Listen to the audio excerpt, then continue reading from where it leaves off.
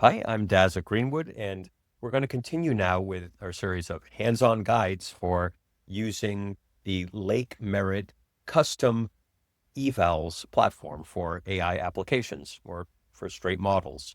And where we left off was basically, well, you don't need to know that, I guess. We'll just go forward to guide number 3.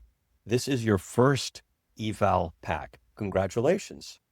And so I've been mentioning that there are the standard default modes, all of which assume use of a CSV that's got inputs, outputs, and expected outputs.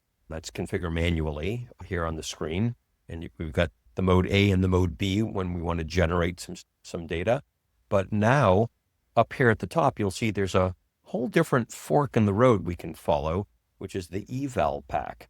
So these eval packs are incredibly powerful ways to keep all the configurations and the instructions and the workflow details necessary for an eval in a simple little text file. The format is a very common configuration format called YAML, or yet another markup language, is what that stands for. But this particular YAML file lets you do some really potent things like give version numbers so that when you're running lots of evals and you want to keep track of when you change something like this is a different model, or it's the same model but a different temperature setting, or we've changed the prompt slightly, or what have you.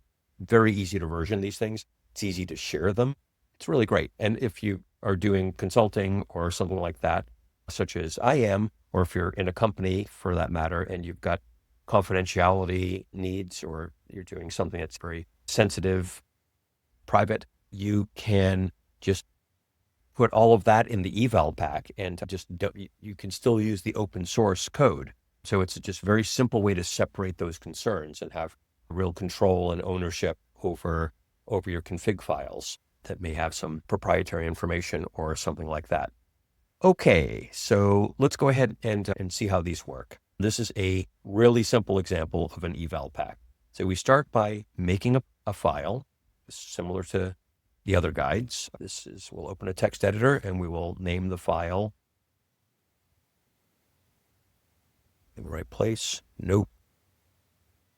Here we go. We'll name the file simple evalpack.yaml.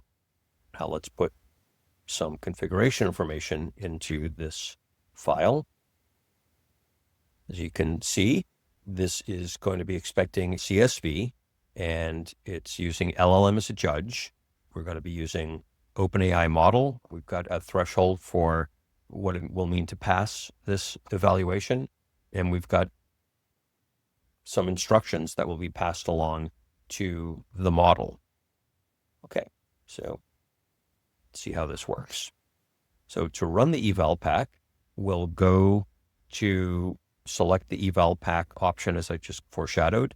We'll upload it. And then the next step is to upload the data that we want to apply those configurations to. In this case, we'll just go back and use the same first tutorial that we did in guide number 1, which is the manual_test.csv. So let's go ahead and do that now. Okay, click upload eval pack, check. Let's now actually upload the eval pack, check. If you want to just take a peek and make sure it's the right eval pack, you can sort of open the details here. That is definitely the right pack. Now we upload the data.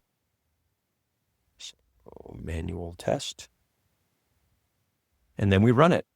Click your way to happiness in evals with Lake Merritt. It's running it now. It's shooting those API calls out, and this should all look familiar. What's the capital of France? Capital of France is Paris. Got only a 0.8. Notice that this eval pack doesn't have the fuzzy match score that we put in the tutorial. It could. You just add the score in the eval pack, and you can change the configurations, like what it means to pass, change the prompts, etc., etc. While we're here, let's just take a peek at what its problem was with number 2. I'm just curious. It's probably why I bothered building an eval platform. Summarize the plot of Hamlet. Young Prince of Denmark seeks revenge against his uncle who murdered his father to seize the throne. I actually think the actual output is better in the expected output, but I remember how I generated. I didn't write the expected output. I used an LLM. Oh my God. And I said, be concise, which is a real learning moment here. So these things really do depend on what you're trying to evaluate. So maybe your expected responses be detailed, like maybe that's what you're going for with these kinds of plot reviews for your plot review website or whatever. So then the scoring would be different. So there you have it. That is the application of an eval pack where we have encapsulated and externalized the configurations to run evals. Pretty cool, right? Yeah, it is pretty cool.